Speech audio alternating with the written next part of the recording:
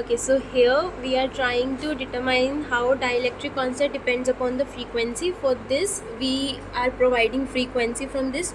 We can control frequency from here. You can see while I move this, the frequency is changed. This is in kilohertz, and this is for capacitance.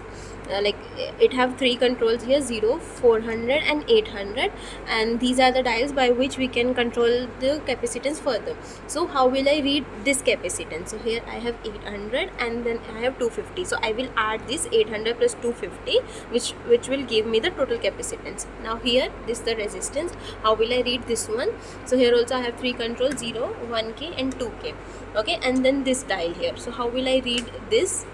Now suppose I have set this one, so how will I read this resistance? This is 1k. Here also it is 1. I will also read this 1, and then here there is a notch. The notch will cut the particular line, will be the reading. So here the reading will be 1.148. that will be the reading here. Now I have set a particular frequency here. I am looking at my graph here, looking at my frequency here. Now I will set this capacitance and resistance as such that I will get the minimum amplitude in this. I will read the amplitude from here. Now suppose I am setting the capacitance here.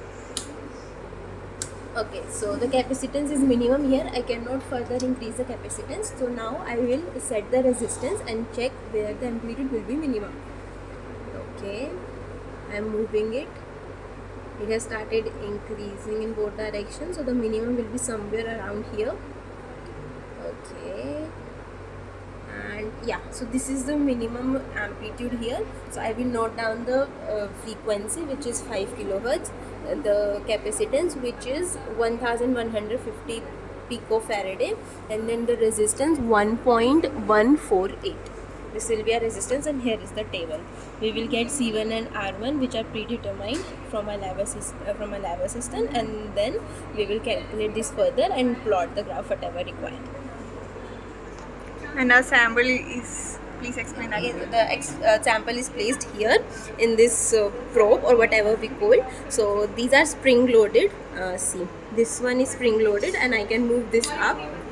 Both of them are spring loaded, so I will carry them up, and I can remove the sample. This is the sample right here, so I can put it back in.